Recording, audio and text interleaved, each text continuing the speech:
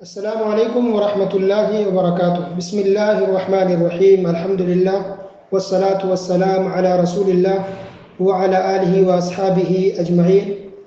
محترم سامعین کرام، خواتین و حضرات، آج بروز سوموار 9 ربیع الاول 1442 ہجری مطابق 26 اکتوبر 2020 کی تاریخ ہے، اور آج جو موضوع رکھا گیا وہ ہے اچھی زندگی۔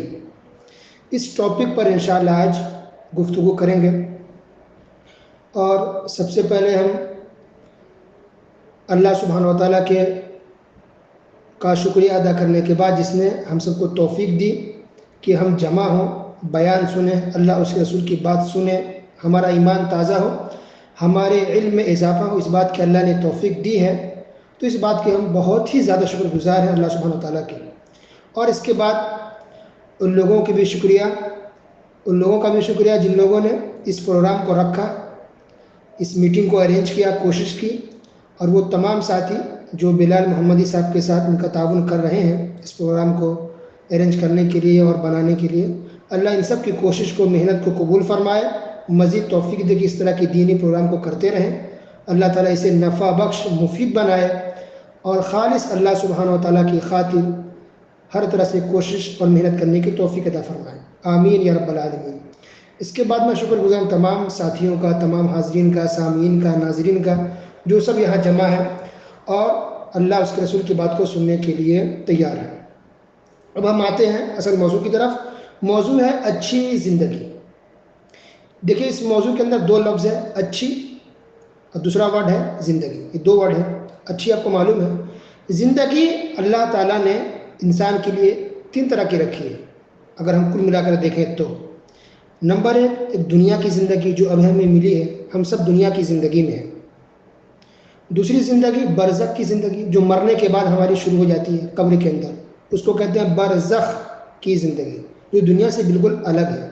اور تیسری اور آخری زندگی ہوتی ہے آخرت کی زندگی، مرنے کے بعد، قیامت کے بعد جو زندگی ہے اس کو کہتے ہیں آخرت کی زندگی۔ یا تو انسان جنت میں جائے گا یا پھر جہنم میں جائے گا، اور اس سے پہلے اللہ تعالیٰ فیصلہ کرے گا۔ یہ 3 زندگی ہے، دنیا کی زندگی نمبر 1، نمبر 2 برزخ کی زندگی، اور نمبر 3 آخرت کی زندگی۔ یہ تینوں زندگی ہے۔ ان تینوں زندگی میں سب سے مختصر، سب سے شارٹ اور چھوٹی سی زندگی یہ ہماری دنیا کی زندگی ہے۔ کسی کو 60 سال، 50 سال، تو کسی کو اتنا بھی نہیں ملتا ہے، 10-20 سال میں انسان وفات پا جاتا ہے، اور بہت تو 100 یا 110، 120 کے آس پاس میں انسان عام طور پہ دنیا سے چلا جاتا ہے۔ یہ بہت مختصر زندگی ہے۔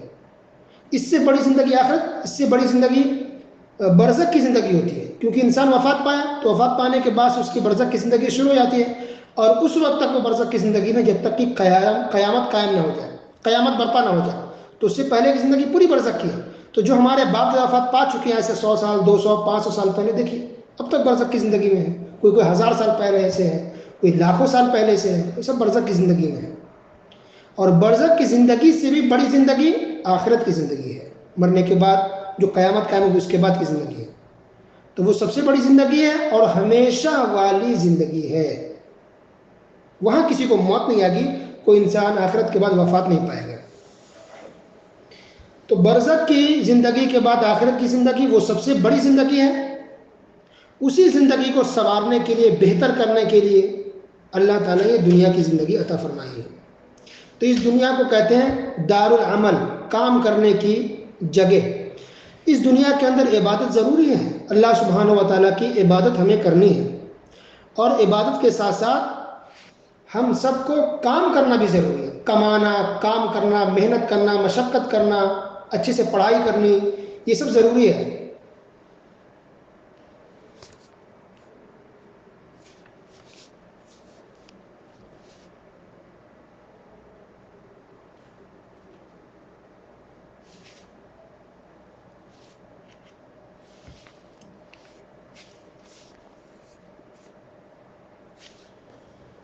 تو کمانا بھی ضروری ہے، اور اب دیکھیں تو جو کمانے کا معاملہ ہے اس کا بہت سا تعلق عبادت سے بھی ہے، یعنی بہت سی عبادتیں ہماری کمائی سے جڑی ہوئی ہیں، دولت سے جڑی ہوئی چیز ہے۔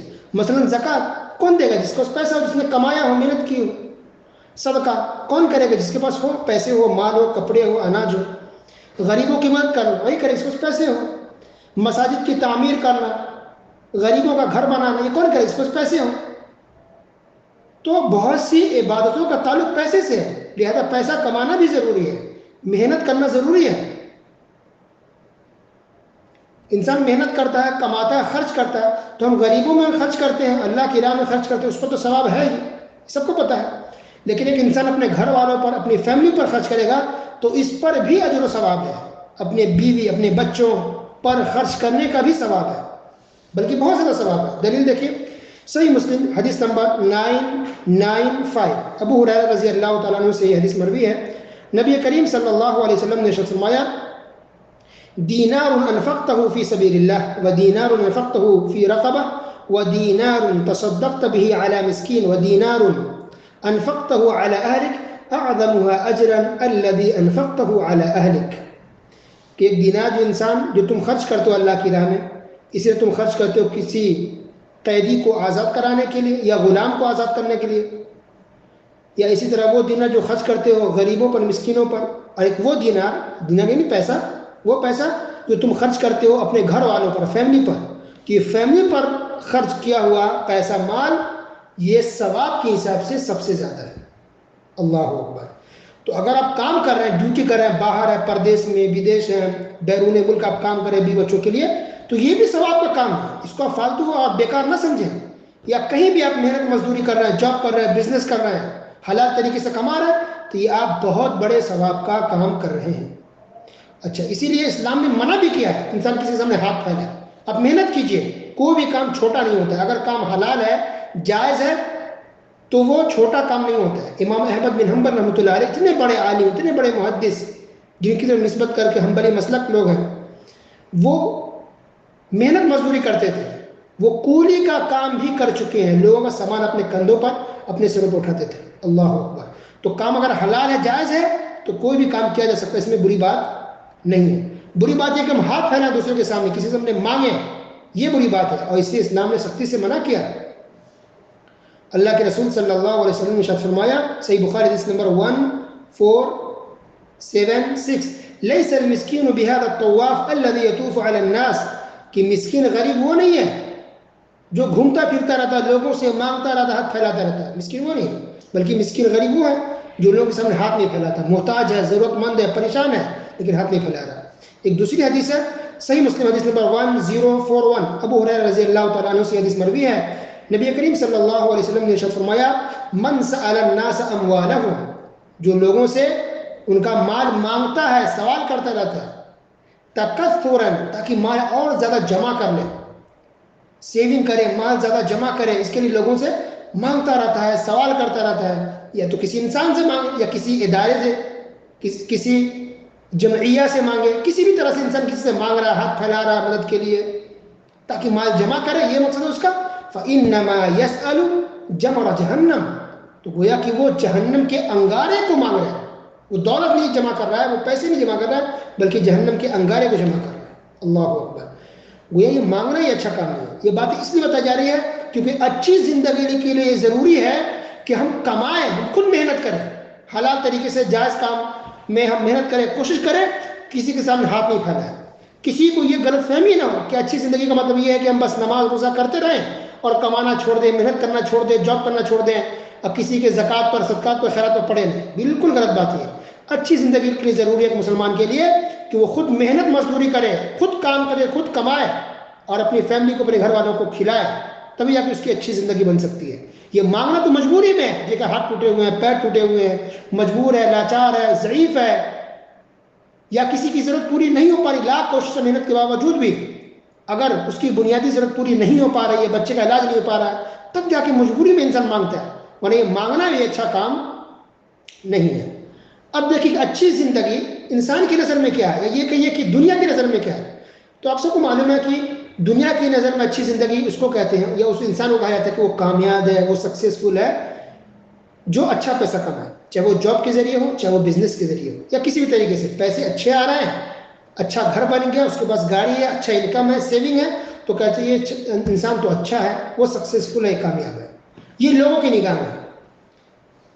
لیکن اسلام کی نظر میں کیا؟ دیکھیے اللہ سبحانہ وتعالیٰ نے ارشاد فرمایا سورہ رعد آیت نمبر 26: اللہ یبسط الرزق لمن یشاء ویقدر وَفَرِحُوا بِالْحَيَاةِ الدُّنْيَا وَمَا الْحَيَاةُ الدُّنْيَا فِي الْآخِرَةِ إِلَّا مَتَاعٌ، کہ اللہ سبحانہ و تعالیٰ جس کے لیے چاہتا ہے رزق کے دروازے کھول دیتا ہے، بہت سارا رزق، دولت، بہت زیادہ دولت دے دیتا ہے۔ وَيَقْدِرُ، اور جس کو اللہ چاہتا ہے تنگی میں ڈال دیتا ہے، رزق نہیں دیتا، بہت کم دیتا ہے۔ وَفَرِحُوا بِالْحَيَاةِ الدُّنْيَا، تو جس کو بہت زیادہ دولت دے دی جاتی ہے، مال مل جاتا ہے، تو وہ دنیا کی اس دولت میں بہت زیادہ خوش ہو جاتا ہے، وہ سمجھتا ہے کہ ہم بہت کامیاب ہیں، سکسیسفل ہیں۔ وَمَا الْحَيَاةُ الدُّنْيَا فِي الْآخِرَةِ إِلَّا مَتَاعٌ، لیکن حقیقت یہ ہے کہ دنیا آخرت کے مقابلے میں تو سامان ہے، چھوٹی سی چیز ہے، حقیر چیز ہے، یہ کامیابی نہیں ہے۔ اسلام کی نظر میں کامیابی یہ ہے، کیا ہے اسلام کی نظر میں، اللہ کی نظر میں کامیابی یہ ہے کہ انسان نیک ہو، مومن ہو، مسلمان ہو، اللہ اس کے رسول کو پہچاننے والا ہے، وہ کامیاب زندگی والا ہے۔ اور اللہ کی بات کیوں مانیں گے؟ کیونکہ اللہ سبحانہ و تعالیٰ نے ہی اس دنیا کو بنایا، اس سنسار کو بنایا ہے، ہم کو اور آپ کو بنایا ہے، دنیا کی تمام چیزوں کو بنایا ہے۔ جو خالق ہے، جو رازق ہے، جو رب ہے، جس نے ہم سب کو بنایا ہے، اس کی بات زیادہ مانی جائے گی، اس کی بات کا اعتبار ہوگا، لوگوں کے نظریے کا اور سوسائٹی کی باتوں کو نہیں مانا جائے گا۔ اللہ رب العالمین نے کیا کہا کامیابی اور سکسیسفل کے بارے میں؟ قد افلح المؤمنون الذين هم في صلاتهم خاشعون، 18 پارہ کی پہلی سورت دیکھیں، سورہ مؤمنون آیت نمبر 1 سے 9 تک اللہ نے کہا کہ یقیناً کامیاب ہو گئے مومنین، یقیناً کامیاب ہو گئے مومنین، مسلمان۔ اور پھر مسلمان کی کیا پہچان ہے؟ ان پہچانوں کو اللہ سبحانہ نے گنایا ہے کہ مسلمان وہ جو نماز پڑھیں، اچھے سے نماز پڑھیں، اور بھی بہت ساری صفاتیں گنائی ہیں۔ تو گویا سکسیس کامیاب مومن ہے، مسلمان ہے۔ کافر کتنا بھی دولت مند ہو جائے، کتنا بڑا امیر ہو جائے، یا کسی کنٹری کا منتری بن جائے، وزیر اعظم بن جائے، پی ایم بن جائے، سی ایم بن جائے، پریسیڈنٹ بن جائے، کچھ بھی بن جائے، وہ کامیاب نہیں ہے، دنیا کی نظر میں ہے، پر اللہ کی نگاہ میں وہ کامیاب نہیں ہے، اور حقیقت میں وہ کامیاب نہیں ہے۔ کامیاب وہ جو مسلمان ہے، مومن، اگرچہ وہ غریب ہے، مسکین ہے، لیکن مومن ہے، مسلمان ہے، اسلام کو فالو کرنے والا مرد عورت، تو وہ کامیاب ہے، کیونکہ اللہ نے کہا ہے کہ کامیاب مسلمان ہے، مومن ہے۔ اسی طرح سورہ اعلیٰ میں بھی اللہ نے ارشاد فرمایا قد افلح من تزکا، بے شک اس نے فلاح پا لی، وہ کامیاب ہو گیا جو پاک ہو گیا، من تزکا جو پاک ہو گیا۔ تو پاک کس چیز سے ہو گیا؟ وہ انسان جو پاک ہو گیا شرک سے، جو پاک ہو گیا گناہوں سے، جو پاک ہو گیا نافرمانیوں سے، ہر غلاظتوں سے، ہر طرح کی غلطیوں سے پاک ہو گیا، وہ کامیاب، وہ سکسیسفل ہے۔ تو دیکھیے کامیابی کے لیے یہاں بھی اللہ نے معیار دولت کو، پیسے کو نہیں بنایا، بلڈنگ کو، گھر کو، فلیٹ کو، اللہ نے کامیابی کا معیار اور ترازو نہیں بنایا، بلکہ کیا بنایا ہر جگہ کہ مومن، مسلمان، ایمان، نیک اعمال، عبادتیں، گناہوں سے بچنے والا، شرک سے بچنے والا، ایسے لوگ کامیاب ہیں۔ اسی لیے آپ دیکھیں گے، اور اگر آپ نے پڑھا ہوگا تب سب کو پتا ہوگا کہ صحابہ کرام رضی اللہ عنہم میں اکثر لوگ غریب تھے۔ صحابہ کرام کے زمانے میں، رسول اللہ صلی اللہ علیہ وسلم کے زمانے جو مسلمان تھے وہ اکثر غریب تھے، بہت کم مالدار تھے۔ تو یہ مالداری اور غریبی یہ تو پیمانہ ہے ہی نہیں کامیابی کا اور اچھا انسان بننے کا۔ تو اچھی زندگی اس کی ہے جو دین پر ہو، شریعت پر ہو۔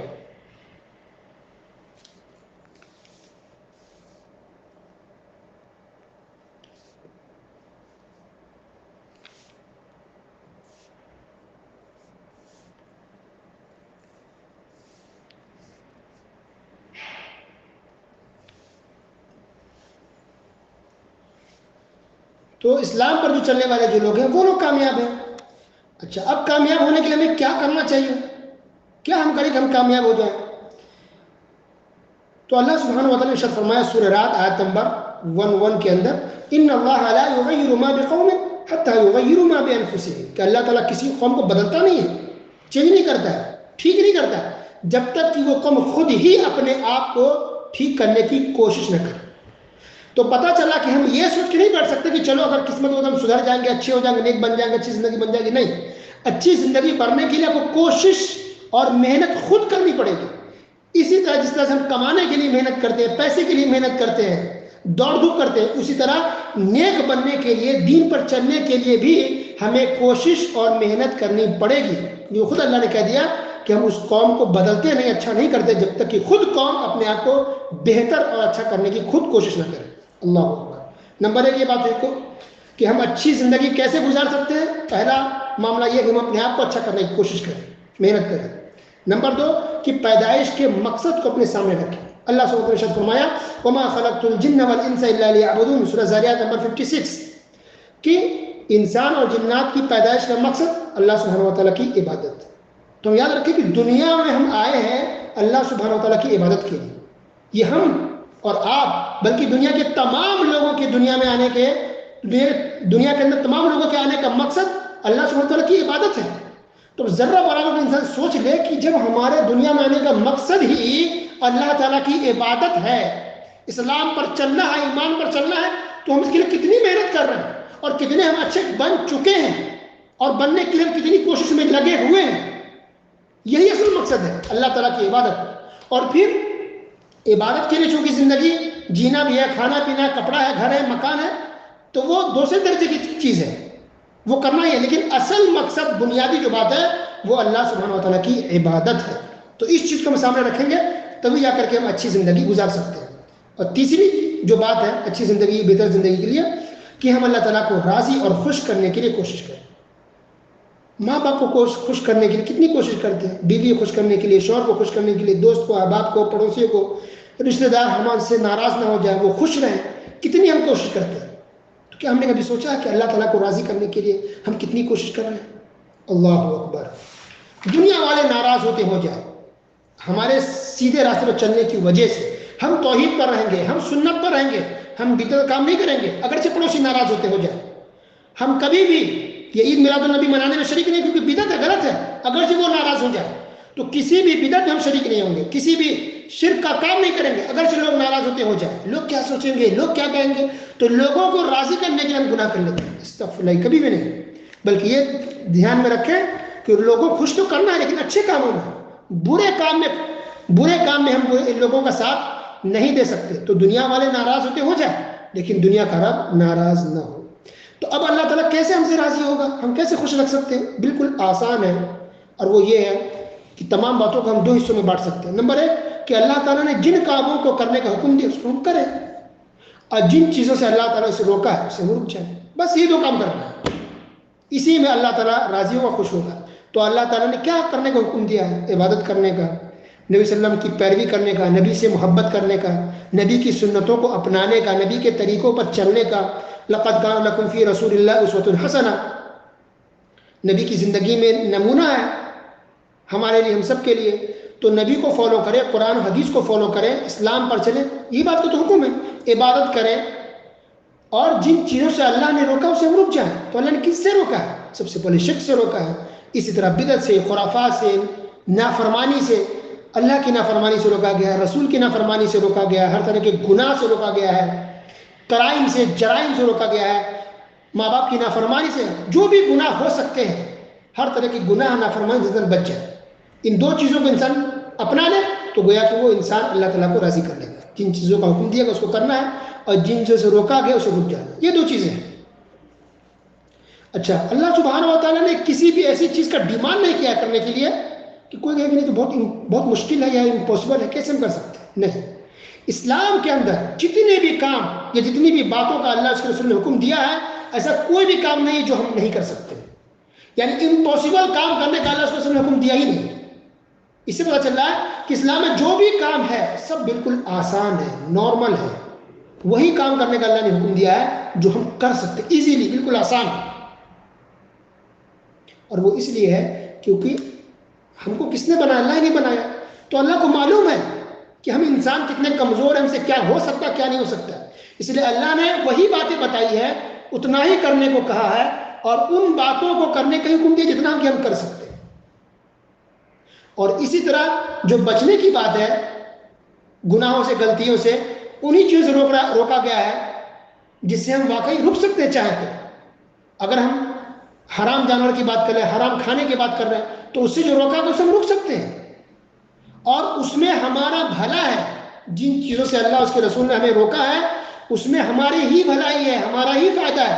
اور اگر ہم نہیں مانتے ہمارا نقصان ہے. اس لیے آج دیکھیے جو لوگ حرام جانور کھاتے ہیں، کتا کھاتے ہیں یا خنزیر نعوذ باللہ سب کھاتے ہیں، دیکھیے کتنی برائی تو ہوئی ہے، پلس کتنی بیماریاں پھیل رہی ہے سماج کے اندر.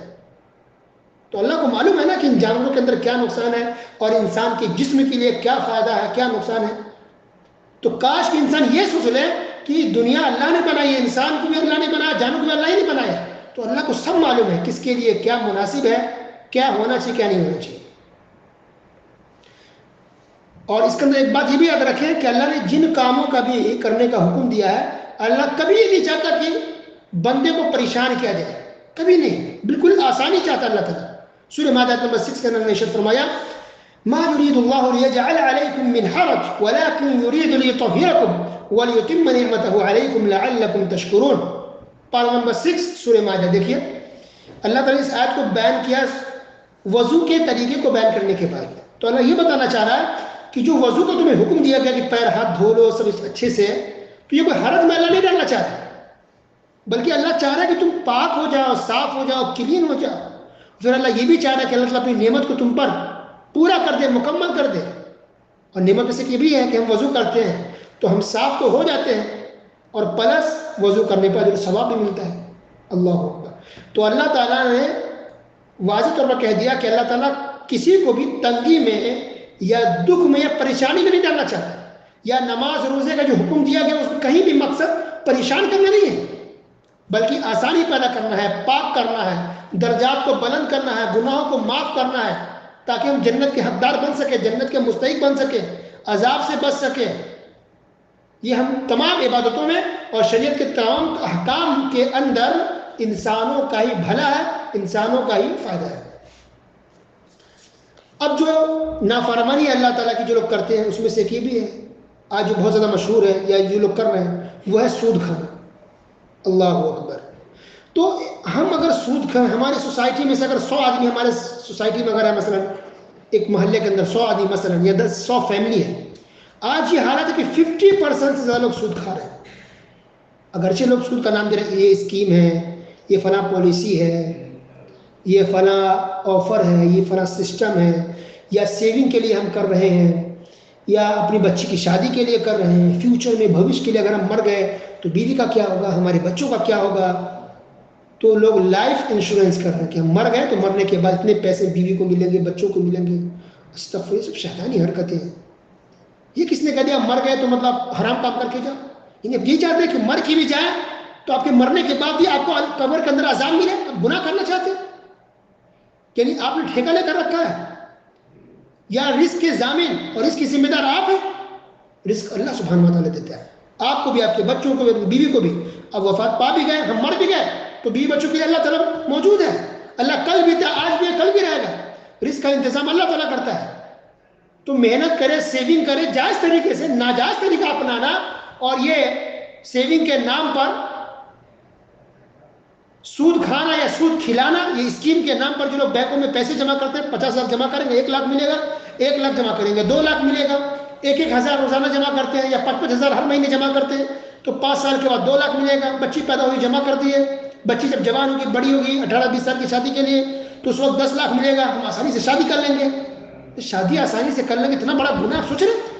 یہ سراسر سود ہے۔ یہ آپ پیسے جمع کریں تاکہ آپ کے پیسے بڑھیں، آپ پیسے 10,000 جمع کریں تاکہ 15,000 ملے، آپ 1 لاکھ جمع کریں تاکہ 2 لاکھ ملے، اس کو آپ اسکیم کا نام دے، آفر کا نام دے، لائف انشورنس کا جو بھی نام دے، یہ سراسر سود ہے، ربا ہے۔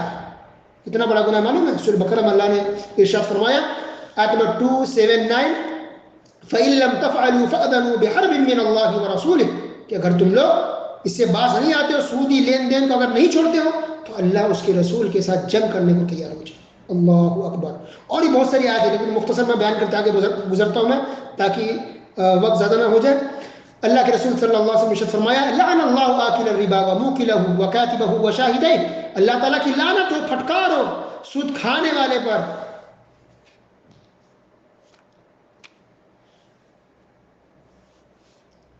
اللہ تعالیٰ کی لعنت ہو سود کھانے والے پر، سود کھلانے والے پر۔ کچھ لوگ کہتے ہیں نا کہ ہم تو کھانے نہیں کھلا رہے ہیں، دے رہے ہیں مجبوری میں، ہم نے قرض لے لیا سود پر، قرض لوگ اٹھا لیتے ہیں سود پر، بینکوں سے لوگ قرض لون لیتے ہیں گھر خریدنے کے لیے، گاڑی لینے کے لیے، کار لینے کے لیے لون لے رہے ہیں، اس طرح سے ناجائز حرام ہے۔ کس نے کہہ دیا کہ آپ کا اپنا گھر ہونا ضروری ہے؟ کس نے کہہ دیا کہ آپ کا اپنی کار آپ کی ہونی ضروری ہے؟ اگر ہمارے پاس کار نہیں ہے تو کیا ہم جنت میں نہیں جائیں گے؟ اگر ہمارے پاس اپنا گھر اگر نہیں ہے تو کیا ہم جنت میں نہیں جائیں گے؟ انا للہ و انا الیہ راجعون۔ آج کروڑوں لوگ ایسے جس کو اپنا گھر نہیں ہے، غریب ہے، مسکین ہے۔ تو سود آپ پیسے اٹھا رہے ہیں لون بینک سے تو اس کے بدلے سود بھرنا پڑتا نا آپ کو، یہ سود کھلانا بھی حرام ہے۔ وہ منہ کھلا ہو، اللہ تعالیٰ کی لعنت ہوتی ہے سود دینے والوں پر بھی، اور جو اس پر گواہ بنے گی، جو ایجنٹ ہے جو جوڑتے ہیں لوگوں کو بینکوں سے یا کسی بھی لوگوں سے سود دینے والوں پر، تو جو ایجنٹ ہے جو گواہ بنتے ہیں راستہ دکھاتے ہیں سود کا، اس پر بھی اللہ کی لعنت ہوتی ہے۔ اور جو لکھتے ہیں اس کو، جو منشی کا کام کرتے ہیں، جو کلر کا کام کرتے ہیں، جو سودی لین دین میں جو کام کرتے ہیں، اس پر بھی اللہ کی لعنت و پھٹکار ہو۔ یہ کس نے کہا؟ رسول اللہ صلی اللہ علیہ وسلم نے۔ ایک دوسری حدیث ہے جس کے اندر آپ نے فرمایا الآخر والمعطی فیہ سواء، صحیح مسلم کی حدیث ہے، آپ نے فرمایا کہ سود لینے والا اور سود دینے والا دونوں کے دونوں اس میں برابر کے شریک ہیں۔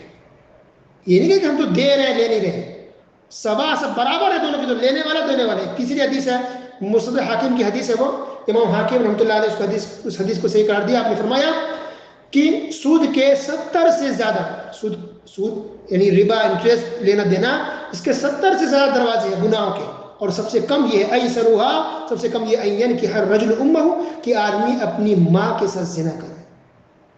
استغفر اللہ انا للہ و انا الیہ راجعون۔ یہ بات ہو گئی سود کی۔ اب یہ جاننے کے بعد، سننے کے بعد، کوئی مسلمان ہوگا جو سود کھائے گا یا کھلائے گا، اور گھر کے نام پر، کار کے نام پر، بچوں کے نام پر، یہ اسکیم اور پالیسی کے نام پر سود کھائے گا کھلائے گا؟ کبھی نہیں۔ فوراً چاہیے کہ توبہ استغفار کرے، اللہ سے معافی مانگے، تو انشاءاللہ اللہ معاف کرنے والا ہے۔ ایک اور جو بری لت لوگوں کو لگی ہے آج، وہ ہے رشوت کی۔ رشوت لیتے ہیں، رشوت دیتے ہیں، رشوت کھلاتے ہیں۔ یہ بھی بہت بڑا کرائم ہے۔ گناہ تو بہت سارے لوگ کر رہے ہیں، لیکن میں کچھ کا ذکر کر رہا ہوں جو بہت سے سوسائٹی کے اندر ہے۔ تو سود کھانے، رشوت لینا اور دینا دونوں حرام ہے۔ اللہ کے رسول صلی اللہ علیہ وسلم نے فرمایا، عبداللہ بن عمرو بن عاص رضی اللہ تعالیٰ عنہ کہتے ہیں کہ نبی کریم صلی اللہ علیہ وسلم نے کہا لعن رسول اللہ صلی اللہ علیہ وسلم الراشی والمرتشی، کہ رسول صلی اللہ علیہ وسلم نے لعنت بھیجی ہے کس پر؟ الراشی سود دینے، رشوت دینے والے پر، والمرتشی رشوت لینے والے پر، اور مسلم امام احمد کے اندر حدیث ہے الرائش، رائش یعنی وہ انسان جو دونوں کو جوڑے، ملائے، واسطہ کا کام کرے، ایجنٹ، جس کو دلال کہہ سکتے ہیں، دلال جو ایجنٹ بنتا ہے، جو دو لوگوں کو جڑا دیتا ہے۔ تو ان تینوں پر اللہ کی لعنت ہو، پھٹکار ہو، رشوت لینے والے پر بھی، رشوت دینے والے پر بھی، اور جو ان دونوں کو جوڑ دے، ملا دے، پتہ بتا دے، موبائل نمبر دے دے، جاؤ اس سے مل لو، ہمارا کام ہو جائے گا، ان تینوں پر اللہ کی لعنت اور پھٹکار ہوتی ہے۔ اس کے علاوہ اور بھی بہت ساری حدیث ہے۔ تو یہ بہت بڑا کرائم ہے۔ یہ کرسچن کے اندر، یہودیوں کے اندر یہ گناہ تھا، وہ لوگ ایسا کرتے تھے۔ اللہ تعالیٰ نے اس کا ذکر قرآن میں کی کئی آیتوں کے اندر ذکر کیا ہے، اور بہت ساری حدیثیں اس تعلق سے موجود ہیں۔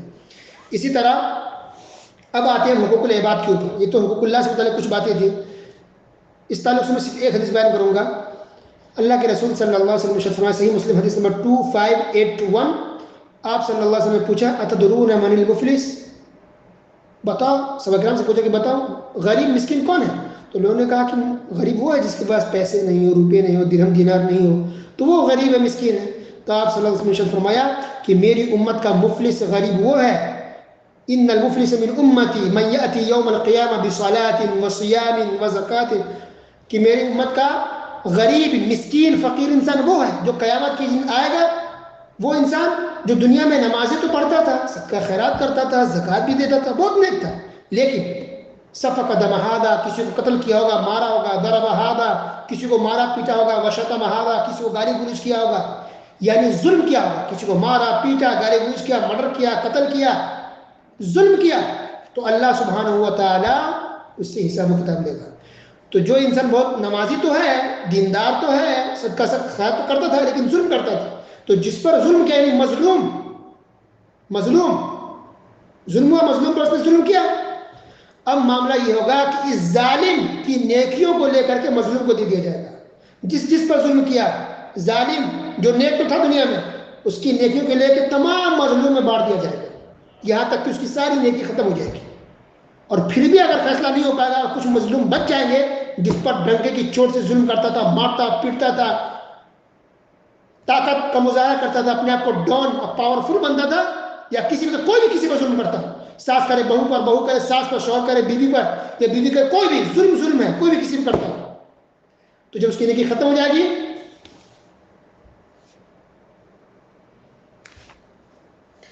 ختم ہونے کے بعد پھر اس آدمی اس ظالموں کے اس مظلوم جو ظالم انسان ہے اس کی نیکی بانٹ دی جائے گی، مظلوم کو ساری نیکی مل جائے گی، پھر بھی فیصلہ نہیں ہو پائے گا تو مظلوم ہے ان کے گناہوں کو اٹھا کر کے اس پر ڈال دیا جائے گا ظالم پر، اور اس کے بعد اس ظالم کو اٹھا کر کے جہنم میں پھینک دیا جائے گا۔ تو ظلم کرنے والا کا انجام یہ ہوگی ساری نیکی ختم، اٹھا کے جہنم میں پھینک دیا جائے گا۔ سبحان اللہ، اتنی بڑی بات ہے۔ اسی طرح سے ایک انسان کی اچھی زندگی کے لیے ضروری ہے کہ انسان صبر کرنے والا ہو۔ وَلَنَبْلُوَنَّكُمْ بِشَيْءٍ مِّنَ الْخَوْفِ وَالْجُوعِ وَنَقْصٍ مِّنَ الْأَمْوَالِ، اللہ نے اس کے اندر ذکر کیا آزمائش کا، صبر کا، کہ لوگوں کہ تمہاری آزمائش ضرور ہوگی، کسی بھی طرح سے آزمائش ہو سکتی ہے، خوف ہو، بھوک سے ہو، مالوں میں کمی کر کے ہو، پھلوں میں کمی کر کے ہو، آزمائش تو مومن کی آزمائش ہوتی ہے، بغیر آزمائش کے کسی کا چارہ نہیں ہے، اللہ سب کو آزماتا ہے۔ تو آزمائش کا بھی ذکر اللہ نے قرآن مجید کے اندر کئی جگہ کیا ہے، تو مومن کی آزمائش ہوتی ہے۔ تو ہماری اچھی زندگی کے لیے ضروری ہے کہ ہم صبر کرنے والے بنیں، آزمائش پر صبر کریں، اللہ آزماتا ہے۔ رسول اللہ صلی اللہ علیہ وسلم نے فرمایا کہ مومنوں کو آزمائے اس کے ایمان کے حساب سے، تو جس کا ایمان جتنا زیادہ مضبوط ہوتا ہے اللہ تعالیٰ اس کو اتنا ہی زیادہ آزماتا ہے۔ لہذا پیغمبروں کا، نبیوں کا ایمان سب سے مضبوط تھا، اس لیے نبیوں کو سب سے زیادہ آزمایا گیا۔ اللہ اکبر۔ تو مومنوں کو چاہیے کہ وہ صبر کریں، فقر و فاقہ ہے، تنگی ہے، پریشانی ہے، پیسے نہیں ہے، جاب کا مسئلہ ہے، یا کوئی بھی مسئلہ ہے، بیماری ہے، پریشان ہے، کئی طرح کی بیماری ہو سکتی ہے، تو بیمار ہے، پریشان نہیں ہے، اب صبر کریں، صبر ضروری ہے۔ اسی طرح ایک اچھی زندگی کے لیے ضروری یہ ہے کہ ہم دنیا کی حقیقت کو جانیں کہ آپ تکلیف میں، غریب ہیں، مسکین ہیں، پریشان مت ہوئیے، کیونکہ اللہ کے رسول صلی اللہ علیہ وسلم نے فرمایا لو كانت الدنيا تعدل عند الله جناح بعوضة ما سقى كافرا منها شربة ماء۔ یہ ترمذی کی روایت، آپ نے فرمایا کہ اگر دنیا کی حقیقت، دنیا کی قیمت اللہ کے نزدیک مکھی کے ایک پر کے برابر بھی ہوتی تو اللہ تعالیٰ اس دنیا سے یا اس دنیا میں کسی کافر کو پانی کا ایک گھونٹ تک نہیں دیتا۔ اللہ اکبر۔ تو چھوٹی سی دنیا، معمولی دنیا ہے، اس میں غریب ہے، مسکین ہے، بیمار ہے، کمزور ہے، پریشان ہے، تم کو پریشان نہیں ہونا ہے، ٹھیک ہے؟ ایک مکھی کے پر کے برابر بھی اللہ کے نزدیک دنیا کی حیثیت نہیں ہے۔ تو اسی لیے اپنے آپ کو فوکس کر دیندار بنے، اب فوکس کریں دیندار بنے۔ اچھا، موت کو یاد رکھیں، موت کو یاد کرنے سے بھی انسان کی زندگی اچھی بنتی، مرنا ہے، وفات پا جائیں گے، جو بھی ہے اچھے برا جو بھی کٹ جائے گا، تو وفات پا جائیں گے۔ وفات پانے مرنے کے بعد قبر کے اندر عذاب ہو سکتا ہے، گنہگار ہے تو نافرمانی کریں گے تو قبر کا عذاب ہے، جہنم کے اندر عذاب ہے، دنیا میں اللہ عذاب دے سکتا ہے۔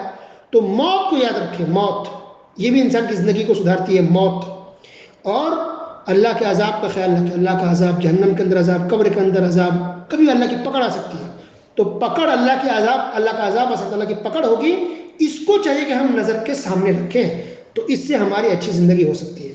اور اسی طرح دعا کثرت سے کرنی چاہیے، دعا ہر چیز کا انسان اللہ سے سوال، ہر چیز اللہ سے مانگے۔ اچھا، یہ بھی ہماری عادت ہے کہ ہم دوسروں کو بات کہتے ہیں کہ آپ ہمیں دعا میں یاد رکھیے گا، ہمارے لیے دعا کیجیے گا، ہر بات میں ہمارے دعا کیجیے گا، اور خود انسان دعا نہیں کرتا۔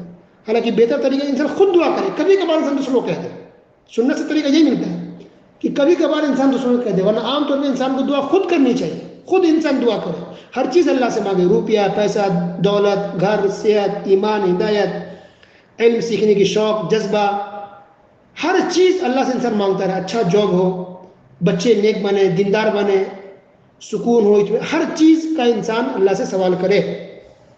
اور اسی طرح ذکر و اذکار کثرت سے کرنی چاہیے، ذکر و اذکار کو ہم لازم پکڑیں، کثرت سے توبہ استغفار، ذکر و اذکار کریں۔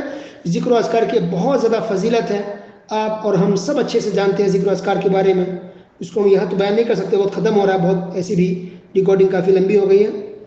تو ذکر و اذکار کے فائدے آپ جانتے ہیں، استغفار کے فائدے جانتے ہیں، ہمیشہ ذکر و اذکار کرتے رہیں، اللہ تعالیٰ کو یاد کرتے رہیں، معافی مانگتے، توبہ استغفار۔ رسول اللہ صلی اللہ علیہ وسلم نبی ہو کر کے ایک دن میں 70 مرتبہ سے زیادہ توبہ استغفار کرتے تھے۔ اللہ اکبر، سبحان اللہ، الحمدللہ، لا الہ الا اللہ، اللہ اکبر، لا حول ولا قوة الا باللہ، استغفر اللہ واتوب الیہ، استغفر اللہ واتوب الیہ۔ یہ سب ذکر و اذکار استغفار ہے، صبح کی دعائیں، شام کے اذکار، رات سونے کے وقت کی دعا، کھانے پینا اٹھنا بیٹھا، ہم چلتے پھرتے انسان توبہ استغفار کرتے رہے، سبحان اللہ، یہ بھی ہے ذکر و اذکار، سبحان اللہ بحمدہ، یہ بھی ذکر و اذکار، اللہ اکبر اللہ، یہ بھی ذکر و اذکار۔ تو اتنی زیادہ اس کو فضیلت ہے ذکر و اذکار کی، اس سے انسان کی زندگی اچھی ہوتی ہے، دل کو سکون اور راحت ملتا ہے۔ تو اللہ سبحانہ تعالیٰ ہم تمام مسلمانوں کی زندگی کو اچھی کر دے، اچھی زندگی گزارنے کی توفیق دے، ہماری زندگی کو اچھی کرے، دین پر چلنے والا بنائے، اسلام کو فالو کرنے والا ہے، شریعت پر چلنے والا بنائے، اور ہر طرح کے گناہ سے اللہ ہم تمام مسلمانوں کو محفوظ رکھے، آمین۔ وصلی اللہ علی نبینا محمد وعلی آلہ وصحبہ اجمعین، والسلام علیکم ورحمۃ اللہ وبرکاتہ۔